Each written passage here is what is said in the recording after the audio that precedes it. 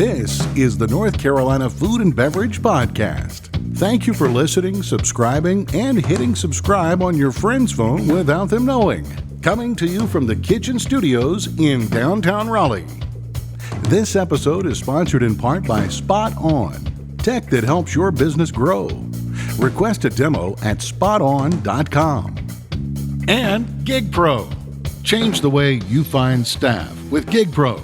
And Joe Van Gogh Coffee, serving the community from seed to cup.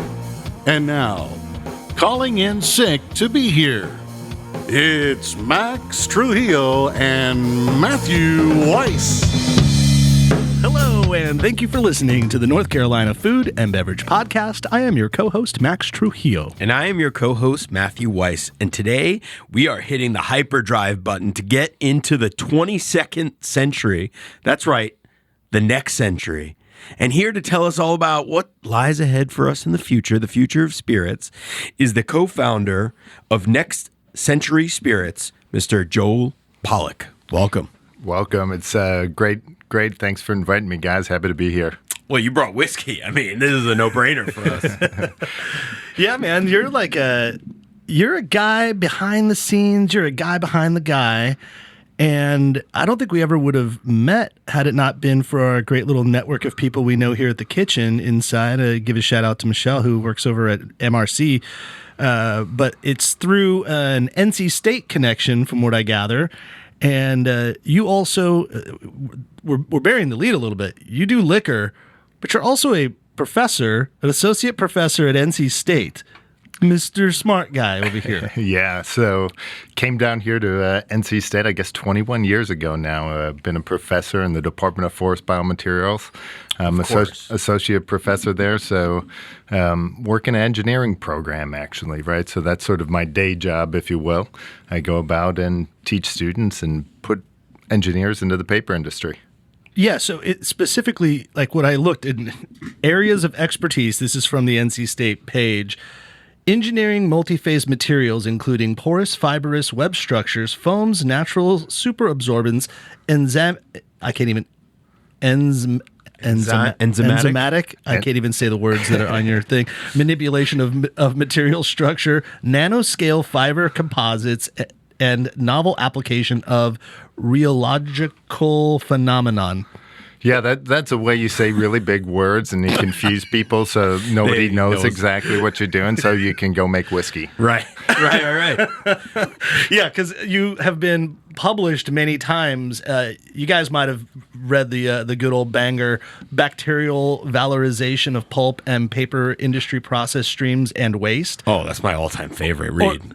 Or the one that had kind of a Tarantino spin at the end was Impact of Dyes and Finishes on the Aquatic Biodegradability of Cotton Textile Fibers and Microfibers Released in the Laundering Clothes, Correlations between Enzyme Absorption and Activity and Biodegradation Rates. Yeah, it's probably on most people's shelves. It's like New York Times bestsellers right there. It's great reading. It's really engaging if you're into that sort of thing. But yeah, so I do a lot of different things, right? So not only teaching, right? Of course, as a faculty member, you're doing teaching and you're doing a lot of research, and right, those are some of my research publications. But we're taking different components of wood, and the lignin one, the valorization one, and trying to turn that into different sorts of base chemicals, and then also doing some studies related to laundering, right? So when we go through the laundering process, we're generating a lot of microparticles, microplastics, and what happens to those, right? So study a lot of different things at NC State. It's one of the great things about being a professor. You get to do lots of different things.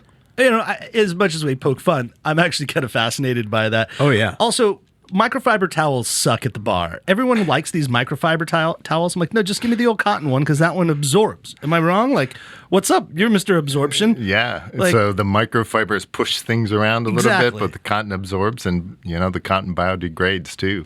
So probably not a bad thing to have. Right? Yeah, but you can't clean your eyeglasses with cotton.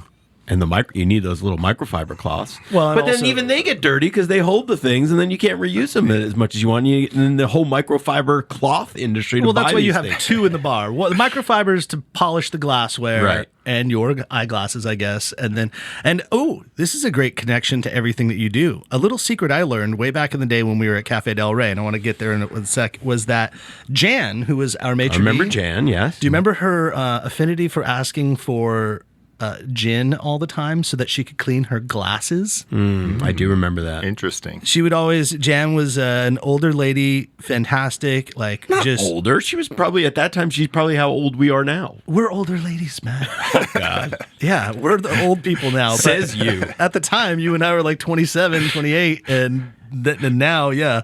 But we would always take a little bit of gin on a towel, and then she'd wash her glasses with that. I assumed that all the rubbing out the alcohol in there is what cleared it all up.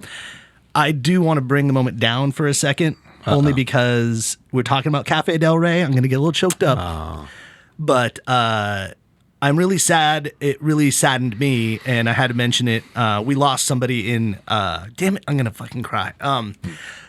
We lost somebody in our industry, and it was the general manager that was there when I first became wine director. God damn it! And Matt was there too. We both were hired. I don't know if Michael Morissette hired you No. officially. Were you there when Lori was there? I was there with Lori. Well, you hired me, and then Lori was the GM who rubber stamped it. Yeah, and then Lori swiftly was kicked to the curb. Sorry, Lori, and she's still with us. She's fantastic, and she's got a thriving career as GM. And She runs that big place called the Wilshire or whatever, I think, in Santa Monica. Well, she did, and then she's done other things since Okay. then.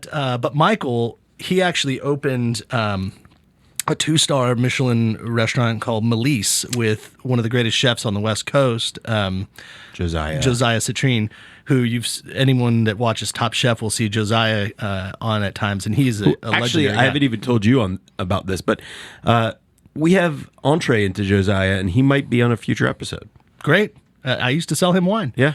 But Michael was the front of the house manager partner with Josiah. He opened that place up. Really, if you know Santa Monica at all and you know Melisse, you know that is one of the greatest restaurants in all of the area. We worked with him for a few years at Cafe Del Rey. And then eventually he moved on to the Strand House in Manhattan Beach, where he was a partner for 9 years. He unfortunately lost his battle with COVID, a 6-month-long battle, and he couldn't recover. And our mutual friend Nick Palmer, who was his assistant general manager there, then moved on to other things. But he wrote this beautiful piece about Michael's life and career, and it touched me, and I was like, man, that really sucks. And I texted you late at night when I found out a couple days ago, and then I thought about it, and it's like Michael was there to like really connect and like foster the relation, the business that we ran. Yeah. And we don't talk about him very often, but he was kind of the guy pushing all the buttons and making things happen. Well, not that Joel, I know this is foreign to you, and maybe our listeners don't care about a GM that was in Los Angeles with us, but yes, you're right. In many ways, he did sort of foster and spawn our relationship. But I actually have shared a story about him on the show before. Really? I don't think I mentioned him by name, but we talked about the art of hospitality and coming in, and I was I don't know if you remember this, Max, but when I would come into the bar, I would often have a wrinkled shirt. And Yes. This was a pet peeve of Michael's, and I was in my mid to late 20s, and probably wasn't that sharp around the edges at that point. And at one point, he after reminding me many times or suggesting that I iron my shirt, he brought me down to the office, and he actually crisply ironed my shirt for me and That's gave me right. instructions on how to do it exceptionally well. And I really appreciated that. And I thought that was a great, not just tell somebody, but show somebody how to do something. Yeah, he wasn't afraid to just do it. Yeah, and I really appreciated that. Yeah, so my heart goes out to his family, his wife Prissy and daughter, and everybody else that worked with him. So I'm sure we don't get a lot of LA connection people listening to this podcast, but if you do and you remember Michael, shoot us a little message on Instagram, whatever, just to remember him. But All right, let's move on with that, though. So does gin really clean your eyeglasses? I guess so. It can, right? I mean, you would think like whatever it is in the alcohol pulls off. So usually the first shot makes you see clear. The second one, not so much. So. Nice. Okay, Joel. Yeah, you're a professor of a pretty high level. Engineering, NC State is known for their engineering program, so it's pretty exceptional. You're published as a professor. How do you find the time to then go run a spirits company? Yeah. And why? That's a great question. So I get that question a lot, like how do you balance all these different things that you do, right? And for me, it's really about a lot of passion, right? And a lot of being able to find interest in different things and constantly exploring new things and seeing new things that are out there. So, daytime job, working at NC State, doing all those sorts of things, night times, weekends, that amount of time I'm spending working on the spirits company. We've been really fortunate that once we got up and off the ground about 3 or 4 years ago, now we have about 40 employees or so that are working in the company. Okay. And so they're really doing most of the day-to-day. Matter of fact, they're doing all the day-to-day operations of this. And so now we're at the point where I can kind of just spin the wheel, if you will, right? Come in and spend a little bit of time every week with the crew over there and just keep things moving along. Wow. Is there any crossover between the work that you do at NC State and reusing all these materials and then making spirits? Yeah, there's definitely a connection, right? So when you think about whiskey and a lot of the wood finish products that we have in the spirit space, my background is in paper science and engineering, right? Where we're using different types of wood to turn those into all sorts of different types of products. So knowing the chemistry and the materials that go into the wood and how the wood is structured and how you can change that wood, right, to use it for spirits, right? That's where the nexus comes in. Really, when you think about it, a lot of what's going on in spirits is a wood chemistry problem in all sense. Even when you look at aging of wine and things like that, a lot of wood chemistry is happening inside of there. So having that background in there kind of is a springboard to give me some insights in how can we manipulate things and how can we create different sorts of processes and techniques to really try to enhance the spirits that we get.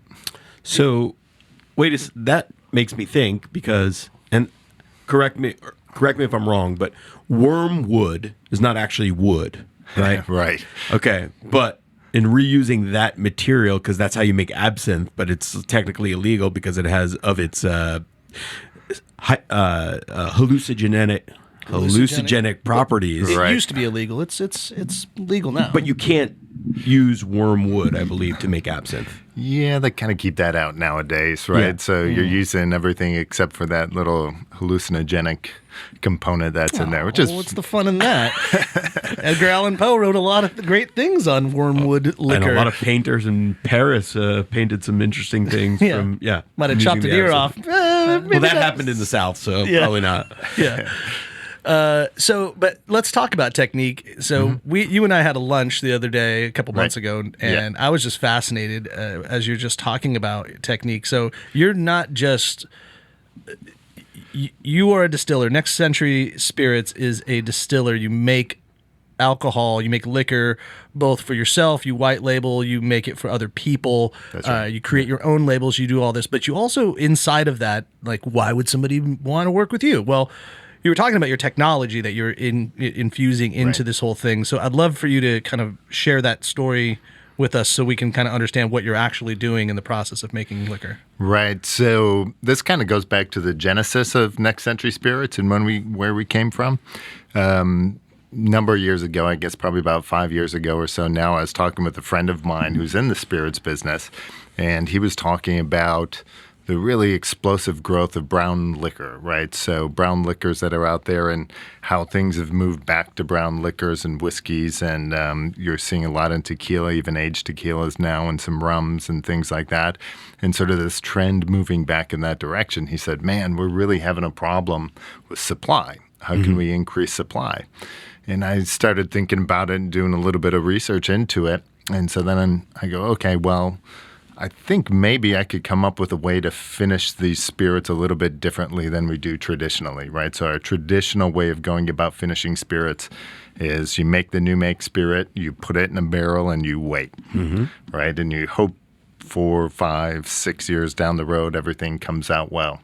So we went through and we developed a process. When I say we, I guess I can actually say me, right? So at that point in time, it was a idea of one working in actually another startup company that we have here in Raleigh called Tethys.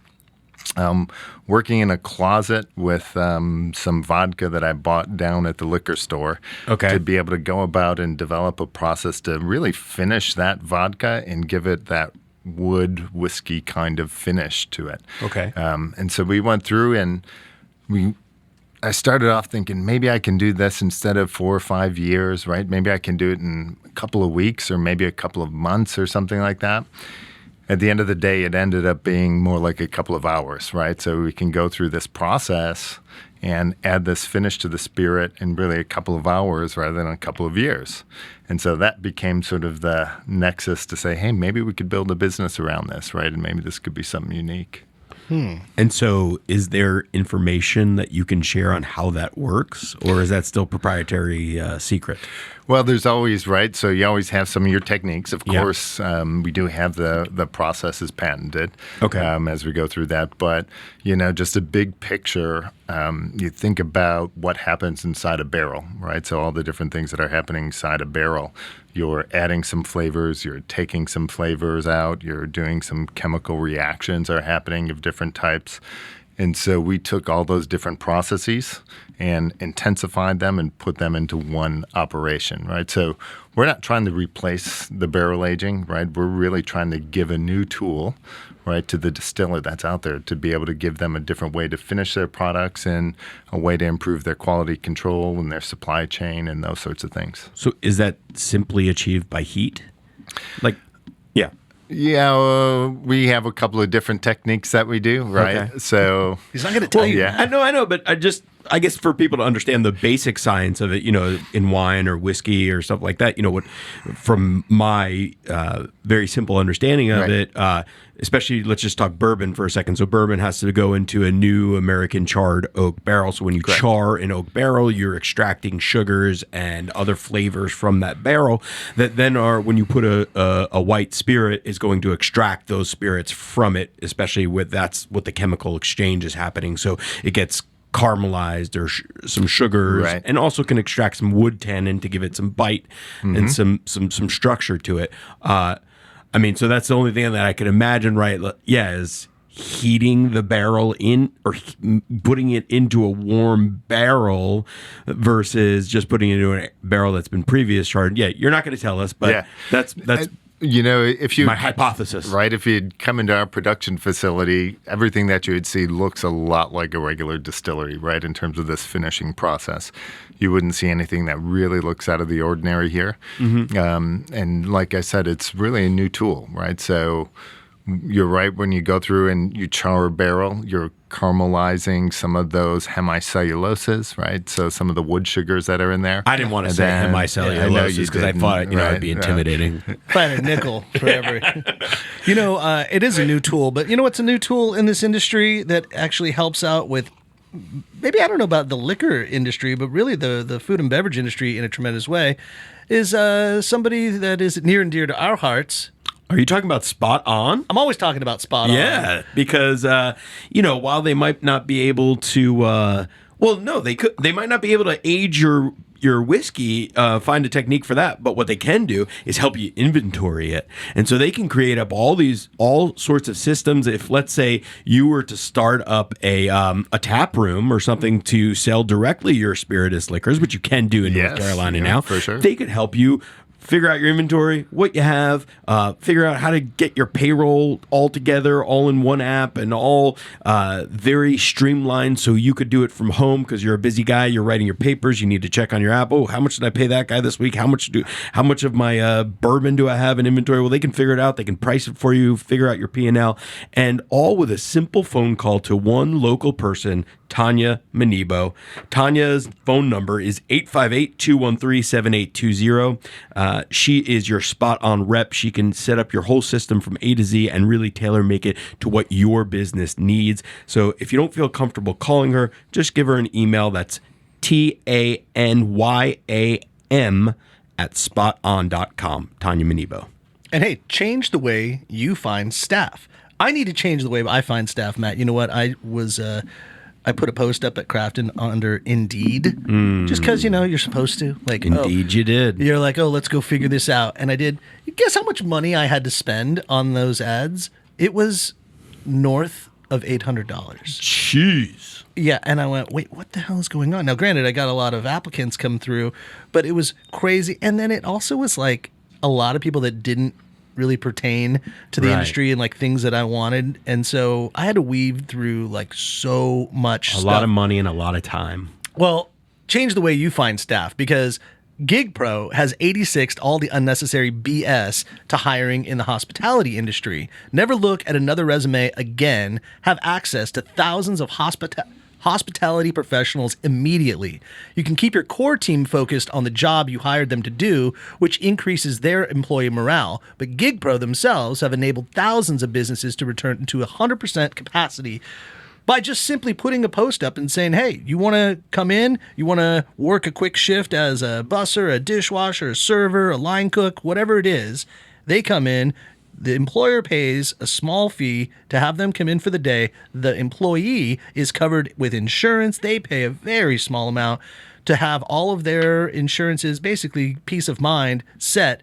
And you work for the day, and you might work another day. And who knows, maybe you like that job, and now you just come in, and now you're a permanent new member of the team. Or you just continually pick up a shift. Maybe you got a full-time job somewhere else. Maybe you're a cop. Maybe you're a fireman, and you got Maybe you're a professor. 3 days on, 3 days off. Yeah, in between bioscience stuff you're doing and making liquor. Yeah, in between class, I can go pick up a shift. There you go. You a coffee could. shop. Yeah. And you could do it by going to gigpro.com/NCFB, because right there, if you use that promo code, you, the employer, will get your first shift covered for free. So go to gigpro.com/NCFB.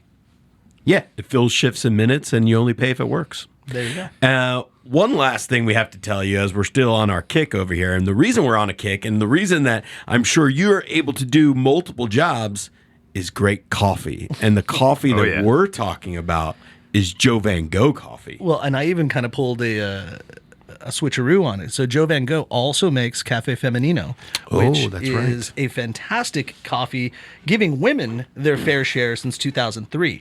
And that's what we're drinking right here. A Peruvian Cafe Femenino coffee program is a one-of-a-kind ethical sourcing model committed to ending the cycle of poverty affecting women coffee farmers across the world. This specific one is kind of cool because it comes back to the beginning. The women of Secanor are proud to be the originators of the Cafe Femenino project. Above all, they feel proud to instill their daughters the expectation that they will grow up to be leaders in their community, just like their mothers and grandmothers. So, to learn more, go to cafefemenino.com, and you can also visit any of the Joe Van Gogh coffee shops all along the Triangle, Hillsborough, Durham, Raleigh. Check them out and let them know that the gents over at the NCFB, bless you, said hello. All right, let's get into some whiskey. Sounds great. You got a lot in front of you. It's just, as you did say, you're like, we could do an Irish coffee. And I was like, how dare you? We got all this coffee in front of us, and you got all this whiskey. So what are we looking at? You have a few different bottles here. Sure. Let me tell you a little bit about what I brought along today. So first of all, a couple of people I have to give a shout out to, of course, my co-founder, Scott Bolin. Mm-hmm. So Scott and I, about 4 years ago, really set out, building this company and putting this together. And then our master blender, Nick Scariff. And so Nick, we brought on, he was employee, I think, number 2 that came on after Scott and I. And he's just worked wonders for us, putting together different types of blends of whiskeys. And a lot of the creations you're going to see here today really come out of what he does, in taking our raw spirits and then turning them into a finished product, And so he has a lot of input into that.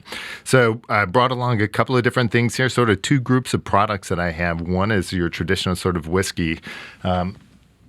Our first one here is called the Creek Water, right? So Creek Water whiskey. This was actually our first product that we branded in-house. Okay. Right. So as you said, we do a lot of production, not only for white label and other people, but also bulk production as well. But this is one of our in-house brand groups that we decided to do. And this was kind of a crazy story when we put this together. And how'd we come up with Creek Water for whiskey? Well, we had hired a person named David Long and brought David on to help us to put together some labels when we first started out. When I say we first started out, literally we had just put in our first production unit, hadn't sold a product yet, but we needed to get some labels and some designs out there. And he came to us and he's like, hey, I got this guy. He's great. He'd be great to pitch a whiskey to. And so David bugged us for a long time. And finally we said, okay, David, here's gas money and a hotel room. Go talk to this guy. And this guy is a guy by the name of Yellow Wolf. Okay. And I don't know if any of you know Yellow Wolf. I see like Max. Trap artist, or he's a musician. Right. Yeah. A musician up in Nashville. So little trap music, rap kind of thing. Yeah, I'm hip. I'm cool. And so he goes up there and pitches them. And I thought trapeze artist, but well, that shows how. And so Creek Water it became, which was Yellow Wolf's first album was called Creek Water. Oh, cool. And I do love the packaging here. It's in like this old-timey bottle with the, what do you call those caps? Like you would see it's like a that pop swing cap, top cap. swing top. Yeah. Yeah, and so that was Yellow Wolf designed that, put that together, and we went from idea to product in 6 weeks, right? So in 6 weeks, we had our first whiskey then in liquor stores. That is fast-tracking it. So with something like this, then, you're not distilling anything then? So, okay, let's talk about this specifically. Right. Did you distill this, or this is just blended at your facilities? No, so we contract distill, so we bring in new make from other places, and then we finish this, right? Okay. So we take this and we finish it. Comes in, right? It's a clear product to us, new make. Then we do what we need to do to turn it into a whiskey, right? So go from just a white whiskey, if you will, over into a sort of finished whiskey here. And so what's the mash bill in this? So in this one, this is a high rye mash bill. Okay. So we have 72% corn, a little bit of barley, and then the rest is rye in there, right? So it's got that rye spiciness, pepperiness that you get to it. Excellent. 100 proof whiskey. So if you try it, be careful, right? It can sneak up on you a little bit.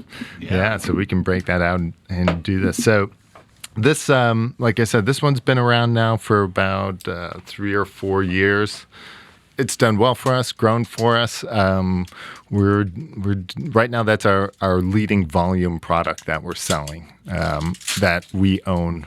And to understand that, how many cases, bottles are you doing in this? Yeah, so case-wise, we're just around, just about, let's say, around 10,000 cases on that. Yeah, so we're in 27 different states with that. Wow. I mean, that's a significant brand. That would be called like a mid-tier whiskey brand. Well, yeah, at this day and age, probably. Yeah, for craft, right? Craft whiskey, small whiskey, right? That's pretty big, right? So we've been happy with that. We've just brought on some new folks related to our brand group and trying to grow our in-house brands. Anthony Monello, and he's been great, right? He's really spearheaded growing this product for us. Yeah, this is, the nose is amazing. Yeah, that vanilla cherry kind of on the front. Yep. Like.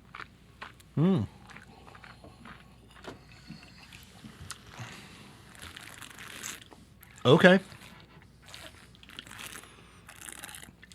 I'm a fan of that. Ooh, yeah. It's 100 proof, but I mean, it does. Yeah, it's got the burn, but it's not like turpentine. You can get some whiskeys where they're like, we are proud of saying we're 100 proof. It's like, yeah, because it's just straight gasoline. All the tingliness and stuff is on the front. Yeah. Yep. And it goes down super smooth. It's nice and woody, and That's usually what we hear about this particular product. A lot of wood sugars, that caramel, right? So campfirey kind of around. You get Matt a couple more ounces, he'll be spitting some lyrics right now, doing some trap. I'll be doing trap, and I don't even know what it is. You're right. Yeah, and then usually a pretty good clean finish on the back on this. Very Doesn't clean, linger too long, right? And it highlights the spiciness of the rye without burning. Right. You get that spiciness of the rye in there. Yeah. So you've probably had to have all the fun parts about learning how to distribute alcohol and putting them into different states, and probably just getting your own alcohol in this state is. So, that's one of fun. the, right? So everybody has this great idea of, hey, let's go start a whiskey brand, right? And we were just like that when we started out, and we said, oh, we'll do this. And then you kind of realize the complexity of not just making the product, but then how do you get it out and into the stores and work through the distribution networks? And then you find out certain states you have to have a license in, and that's an annual license. And right, so there's a lot of complexity to it that goes into it. The states that you're in, is that a strategic? Are you in states that are, say, not control states? No, well, we're in a group of both, right? So controlled, non-controlled states. So it depends on the market. We are in strategic places, right? There's ways to know where people tend to drink whiskey, and so you tend to want to be in those states first.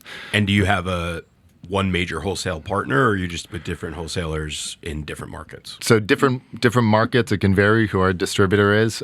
We do work a lot with Southern Wine and Glaziers, right? And they've been really good to us as a strategic partner for us. Sure. And so we appreciate everything that they've done for us. And My old company, I worked for them for a few noticed years. that. Yeah, I looked at your bio. I noticed that. Oh, you researched us. Yeah, of course. I did a little bit of background. I was a company man for a good while. Yeah. So interesting. So within Creekwater, which Yellow Wolf, because every liquor now just has to be tied to some sort of musician or somebody, some vehicle to get some to get it out celebrity. there. But I get that because it's all about branding. I mean, hell, Ryan Reynolds has a phone company now and a marketing company. It's like, sure, why not? My Verizon or Ryan Reynolds.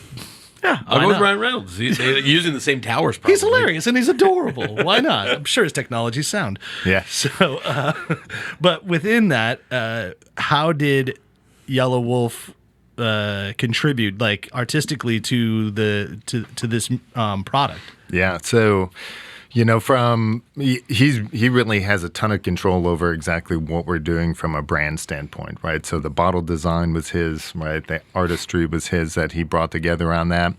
We worked with him to present him with a series of different types of liquids, right? And then he picked that out, right? And so that's what goes in the bottle is what he does on that. And then, right, he supports us with going out and promoting and using his social media and that platform to be able to do that. So as we develop other products, one of the things that he was interested in is trying to do a cinnamon whiskey, right? So then we came out with Creekwater Cinnamon and a lovely red bottle. So everybody loves a cinnamon whiskey now. And so we put that together for him. And then he has some interest in doing some limited time releases of different types of RTDs, right? And that's the other kind of product I brought today. So this was one that he did was called Mudmouth, which is a RTD, ready to drink. Ready to drink or cocktails. Canned cocktails. Yeah, canned cocktails. So different than malt-based, right? Right, because this is actual liquor. Actual liquor. Liquor in the can. Yeah, exactly. Because you can do the malt-based ones, and those are hybrids of almost like a Truly or something, because they would be in the same category. But this is actual alcohol inside, or liquor, I should say, distilled liquor, which is cool. And if you talk to any salesperson right now, and I do all the time, they're always like, RTDs are the number one growing category in the alcohol industry. It's all about somebody sent you a text message showing actual statistics about how canned cocktails were the largest growing section of liquor. Who was that again? I don't know.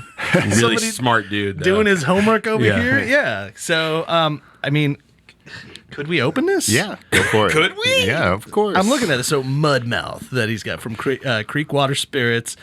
Whiskey with natural coffee and vanilla flavors and carbonation. It's a 12-ounce can, and it's 8% alcohol by volume. So that's pretty legit right there. So with 8% alcohol, does that mean you can sell? You still have, like in North Carolina, do you still have to go through ABC on these, or you can sell these at a wine shop? Yeah, so in North Carolina, if it has distilled spirits in it, it still has to go through the ABC. Okay. Right? So that particular product has to be in the ABC store. And so if you go into the ABC stores, you'll see in the shelves, these cans down there, those are your legit cocktails in a can. All right, I'm not blowing smoke. This is awesome. This is delicious. So this is coffee. It's carbonated coffee with some whiskey in there. Yeah. But like, smell that, Matt. And it's got that vanilla, it's got the sweetness. chocolate malt. Like, for obviously listeners, It kind of smells like Bailey's and a little bit like Guinness. yeah, it does. Yeah. It's like a Bailey's Guinness. It's got that mouthfeel, but the coffee in the back end, like if you're going to get one of those Starbucks bottles or so of coffee, the cold brew. Right. It's just that with, like almost like a Guinnessy type of feel. This is awesome. Yeah, so we're seeing a lot of growth in that particular area. So we're doing a lot of different spirits. As a matter of fact, we're getting ready to launch. Hopefully, by the time this comes out, we'll have some things in the store. A brand of ours that we're going to own called Caddy Cocktails. Okay. And so Caddy Cocktails is going to be really focused on the Candy? Caddy. Caddy cocktails. Caddy Okay. cocktails, Yeah, there we like go. golf caddy. Yep. Right? So it's focused on the golf course lifestyle. And that's going to be co-branded actually with Greg Norman. Oh, the shark. The Shark, yeah. Nice. So that's coming out. We're going to have that release is going to be around the Masters.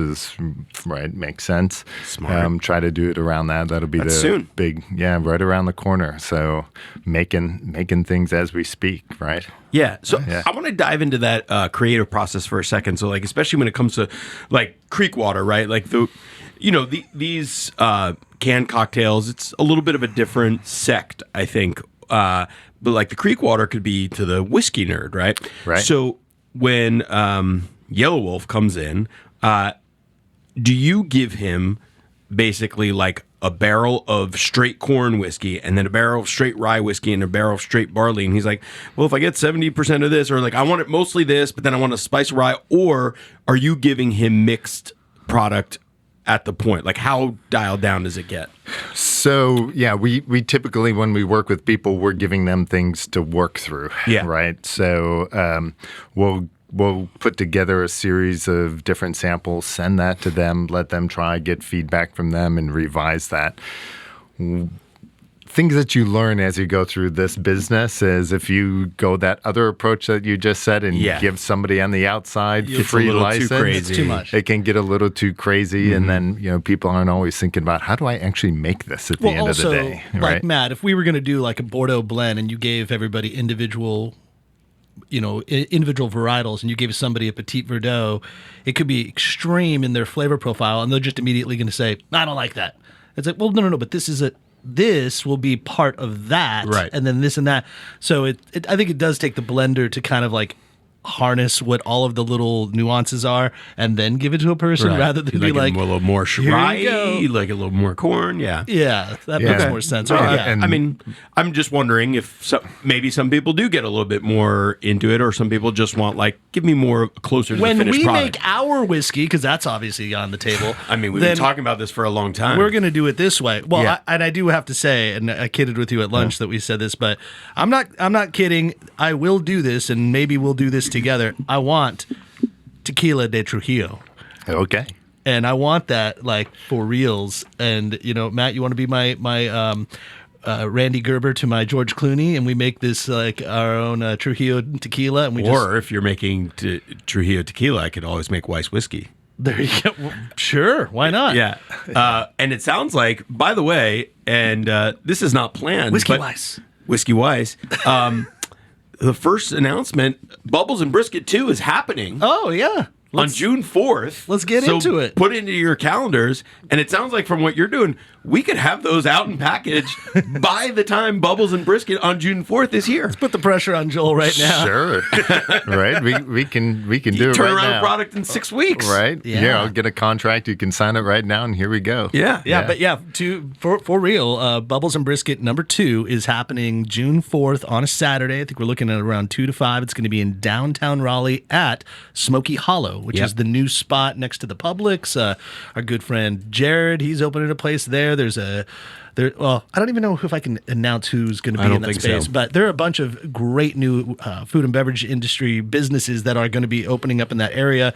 They may or may not be open by the time we do Bubbles and Brisket. Maybe we'll be kicking it off for them, but we already have commitments from amazing pitmasters that we will announce as we get through there. But you're going to love who we have. Put it on your calendars so you don't give Max and I the excuse when we hit you up. Be like, "Are you coming?" Be like, "Oh, sorry, I made plans that weekend." No, put it on your calendar now. Save the date. Be epic. Yeah.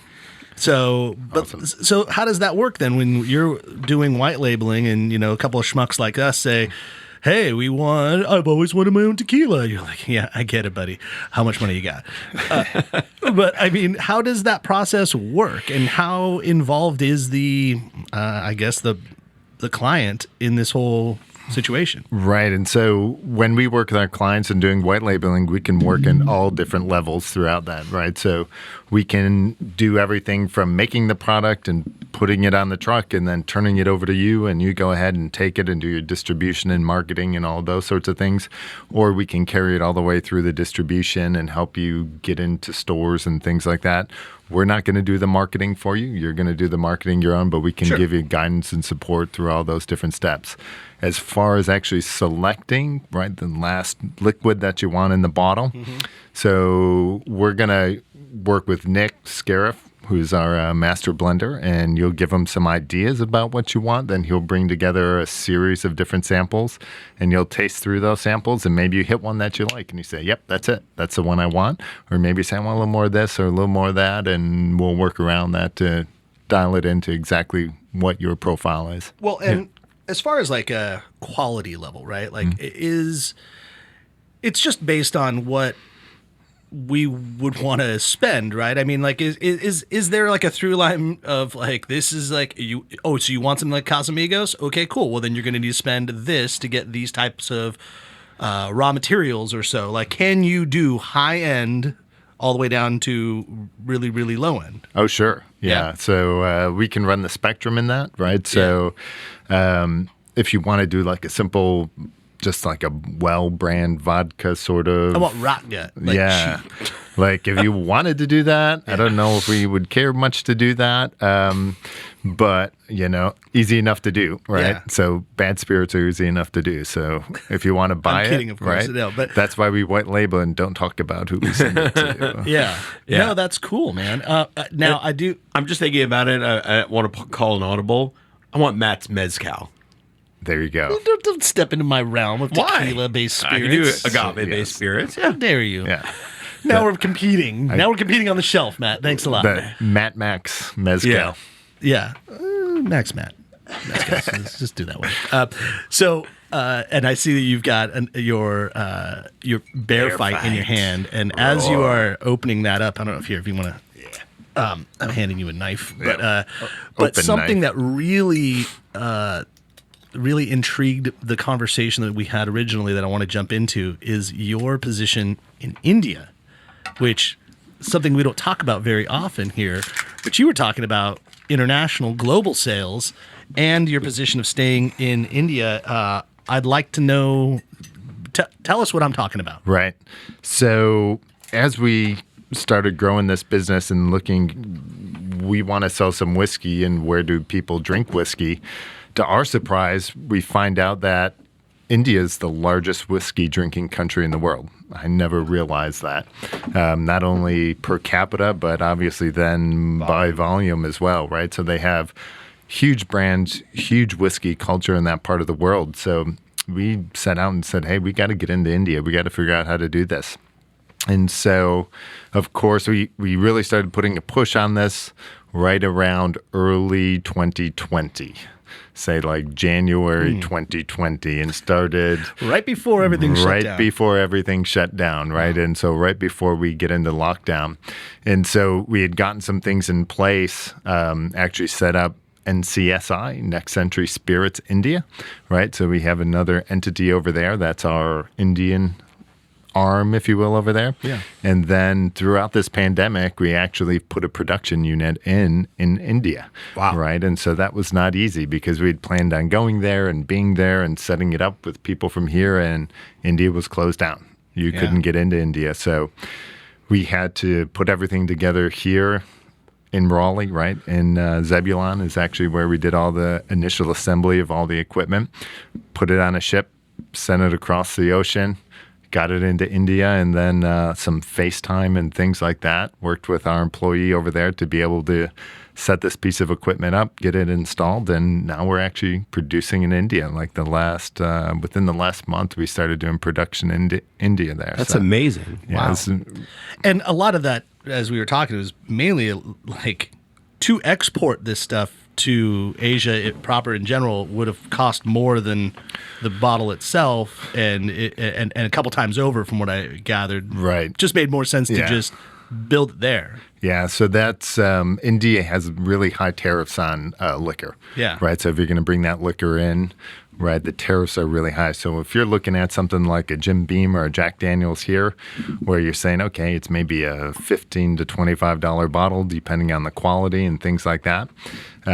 Over there, it's a $50 or $60 bottle, right? So those prices just going up because of all the tariffs that happen in that space. Just real quick in there, there's a weird loop around for hotels, though, somehow, right? From what I've heard. You might know better than me. I don't know about that. About importing hotels or importing whiskeys. Hotels somehow get around the tariffs maybe they do. for spirituous drinks. Well, one of the things whenever you go into this particular business, you find out different states and different countries have all sorts of different rules and laws about what you can do. So Paris's daddy wasn't going to pay those taxes. Right. Like, don't figure this out. And we're going to get a special carve out here just for us. Yeah. And so like when you're in India, state by state, it's very different even, right? And crossing states, there can be tariffs and things like that. It's really different sort of spirits world there. Interesting. Oh my goodness. What? I just found my new favorite whiskey. Whoa. Okay. By the way, Matt is a hater on almost everything. Oh, come on. Matt doesn't I'm a like realist. anything. He doesn't like anything, especially in the liquor game. Like wine, he's got a wider appreciation. Like he's like, I get it. There's a wine for every purpose, cause, price, and all that stuff, and I can get it. But when we put liquor in front of Matt, he's such a fucking snob. And it's like he just like, I don't care if it's cheap, if it's expensive, or whatever. Is it well made? Is it whatever? Like, and you mostly hate most things in the liquor realm. This is my that's observance. true. Yeah, Okay. yeah, you're a hater. So for you to say this means something. Yeah, that is delicious. Bear Fight. That's what we're drinking right now. Yeah. It's an American single malt. Well, you tell us about it. Yeah, so American Single Malt, Bear Fight. I'll tell you a little bit of background story on the name when we get to that. But we were lucky enough, we won a couple of double gold medals with that, right? So the New York International Spirits Competition, we won a double gold medal, and Forbes magazine named us one of the top 20 whiskeys in America.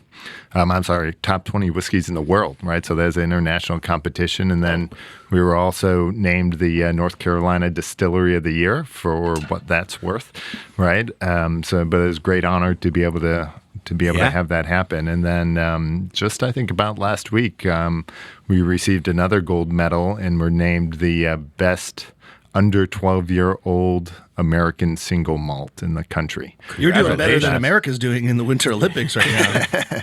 Yeah. And you just got the Matt Weiss stamp of approval. You can use that quote on all your publishing materials. Yes. No charge. Yes, we'll Just do that for sure. Pay me in bottles.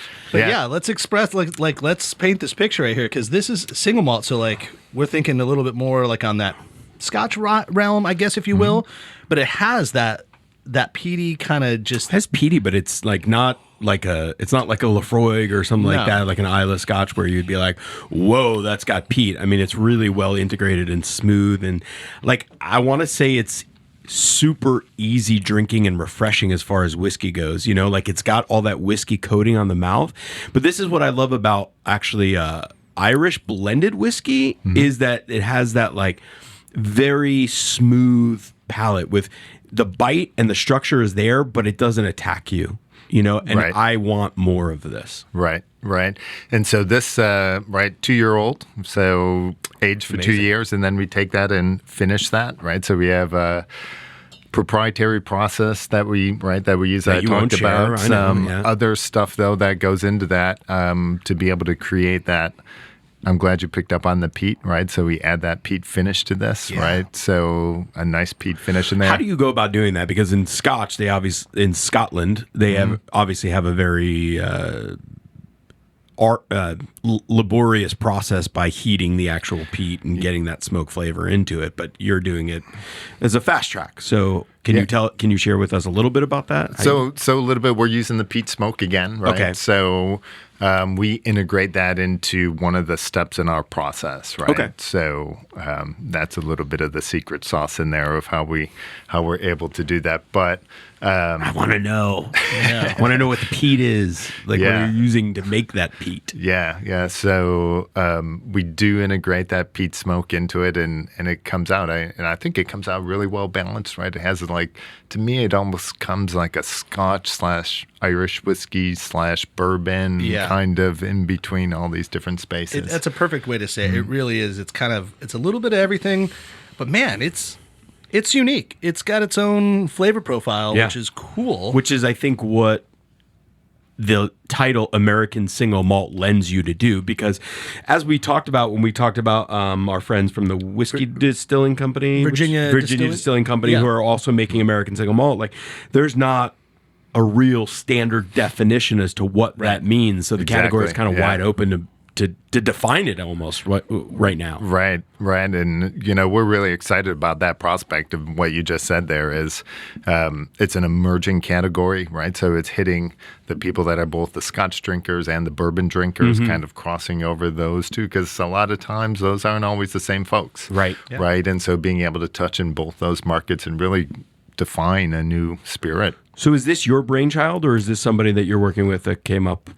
So And you don't have to tell it. Yeah, no, get into bear fight, 'cause there's a story here. So Okay. the bear fight, it was kind of funny. I'd mentioned we had myself, my co-founder, Scott Boland, and Nick Scariff, right, that we brought on as employee number 2. And he's working with us as our master blender. And we started, hey, we need to come up with some names for a whiskey, right? What can we do? We're like, we need some manly names. We got to find And one of us said, hey, how about bear fight? And I said, that's fantastic. We can hire a bear and we can drive around the countryside and people can wrestle the bear. And if they beat the bear, they can get a Wait, had bottle you of just whiskey. watched Borat or something? Because didn't he have one in his ice cream truck? Who knows? Yeah, I may have, right? This is where this may have all came from. Yeah. And so we joked about it for a long time of what a ridiculous idea that actually was. And then we found out PETA's not going to let us drive around with a bear. No. So we continued, though, right, to create labels and enter whiskey spirits called Bear Fight into different competitions and things. And then when this one hit the jackpot, if you will, with the double gold, it was like, all right, we're going for this, right? So we're doing Bear Fight. So Bear Fight it is. And so by the time this podcast comes out, I'm sure you can go down to your local liquor store here. We'll be in the North Carolina ABC. Go to your liquor store, ask for Bear Fight. They should be able to order it and try it. I want to get this on the back bar at Crafton, because this is just cool. What does the 750 ml of that cost you? So we're going to be at $39.95 is going to be the price point on that. That's not bad. That's not bad at all. No, I mean, that's you're in the same realm as I'm trying to think of a good Bullet. You're basically around what Bullet would be. Yep. And so it's kind of interesting because we missed out in this last spirits competition of being named the best single malt whiskey in America, right? So American single malt whiskey to a brand that was 12 years old, and that bottle is running $180. jeez. So I think we missed out by a point, right, on the scoring. So Yeah. we missed out by 1 point. Talk about price to value ratio. Yeah, so we were pretty happy about that, right? Being at $40 and they're at $180, so not bad. Congratulations. Yeah. And what's this, these little, is that a gift set? What do we got there? Yeah, that's just for you guys, right? To kind of take around some little samples, right? So you Thank can share you. with your friends and that sort of thing. You really did do your research. Like, I know these guys are going to like this. You also have a couple other cans here that I'd be remiss if you didn't mention. So what else are you producing here? Yeah, so here's just a couple of other examples of RTDs that we make. So we have a blood orange vodka soda. Right. Oh, okay. And then we have a whiskey mule that we make as well. Right. So some of these are white label brands that we're doing for other companies that are out there. But I thought I'd bring them by just to kind of share with you guys and show you the different types of things that I've we seen can do. these around, so I won't mention exactly which they are, but Yeah. but I've seen and these are cool, and everybody that knows them knows their brand and is a great brand. Yes. So Yep. We have some great partners here locally and really across the country and around the world. We actually send a lot of our bulk spirit is actually going to Japan. Yeah. So we're sending a lot into Japan right now. I love that it's a world economy, and you are not afraid to dip into that, and you're jumping all into it. Like I'm all about it, man. Like this is super cool. Yeah. Just to get back before we wrap up here to the business side of it, like I understand that creating something like Bear Fight probably personally is very rewarding and fulfilling, but is it more profitable to sell in bulk and do all these bulk brands than rather create your own brands in-house? Yes. So if you can create a successful brand, Yeah. And own that? that's probably the best. Okay. Right? Walk in the liquor store and look at the shelf. There's a lot of folks that are trying to be that next Casamigos, do those sorts of things. Not a easy row to hoe there as you go down that. But if you can do that, that's great. In the meantime, doing these bulk sales Kind of really keeps the lights on. keeps the lights on, also fills our production schedule, right? Right. Helps us with a lot of different things, keeping people busy and that sort of thing as we're continue to grow our own brands. Nice. Well, I'll say, I'm speechless, and I'm a little buzzed from all this Bear Fight. Yeah. Well, I was going to say that, while these might not be in there, but maybe some other versions of RTDs, like the aforementioned hard seltzers and wine, of course, and maybe some non-alcoholic sect, as that is rising as well, can all be found at somebody who keeps the lights on for us, the Triangle Wine Company. And the Triangle Wine Company has 4 locations, one in Southern Pines, one in North Raleigh. I'll actually be there Friday night to do a tasting on Zuccardi wines. If anybody wants to come say hello, would love to see you there. And in Cary and in my neck of the woods, Holly Springs, we love the Triangle Wine Company, and they have great options for your wine, your beer, your RTDs that are not with distilled spirits, and use the NCFB promo code to receive a little bit of a discount. Well, and something that's kind of like an RTE, ready to eat, is definitely something that I could see a collaboration already afoot. And we're talking about Proof Alcohol Ice Cream, where they are infusing alcohol with delicious ice cream so that you think differently about dessert. And they have these beautiful red branded freezers that typically are in North Carolina, although... By the way, I was in the market the last week, and I saw a refrigerator stocked. So I don't know if somebody's turning a blind eye or it's back on or whatnot, but there's still places you can buy them. I won't say them in case they're still not legally allowed. What Matt's allowed. referring to, if you're not up on it, is that Proof Alcohol Ice Cream has kind of gotten a little bit not in trouble, but the laws. Somebody came up to and basically said, you can't sell alcohol and ice cream in a grocery store because it's marketing to children. It's like, yeah, it's also in the beer and wine section. So why is your kid running loose in a place where it's all meant for adults? Right. Anyhow, we're trying to get them back out there and get them approved for North Carolina. But you still can get Proof Alcohol Ice Cream in any other state that is listening here. They are based in South Carolina, and they have fantastic flavors like coconut rum and bourbon caramel. I would love a Bear Fight Berry. Ooh, Bear Fight Berry. Bear Fight Berry. Bear Fight Berry ice cream. Wouldn't that be delicious? That sounds great. And blueberries and Bear Fight. Yeah, I think we could do something great there. So get yourself some proof alcohol ice cream, especially if you're traveling down like to Charleston, which Matt and I will also be doing pretty Yes, soon. we will. For the Charleston Wine and Food event. It used to be Charleston Food and Wine, but I think they call it Wine Wine and has Food. taken over. Yeah, so we'll be out there. If you're out there, hit us up. We're going to be on location next week, and it will be a fantastic time. So we'll look for you out there. Maybe we'll bump into good old JR, Jennifer Randall of Proof Alcohol Ice Cream while we're out there. But, Matt? Well, it would be great to see it. Great to see Jennifer out there. And Joel, it was great to have you in here. Thank you for bringing all of your wares. We really appreciate it. I will be putting good use to some of that bear fight. And for those of you out there, go to your local ABC store, ask for it at your bar, ask for some Bear Fight or Creek Water or any of these Next Century Spirits. If you want to create your own label, go check it out, nextcenturyspirits.com, and you will drink extremely merrily. Thanks, guys, for the invite. Really appreciate your time.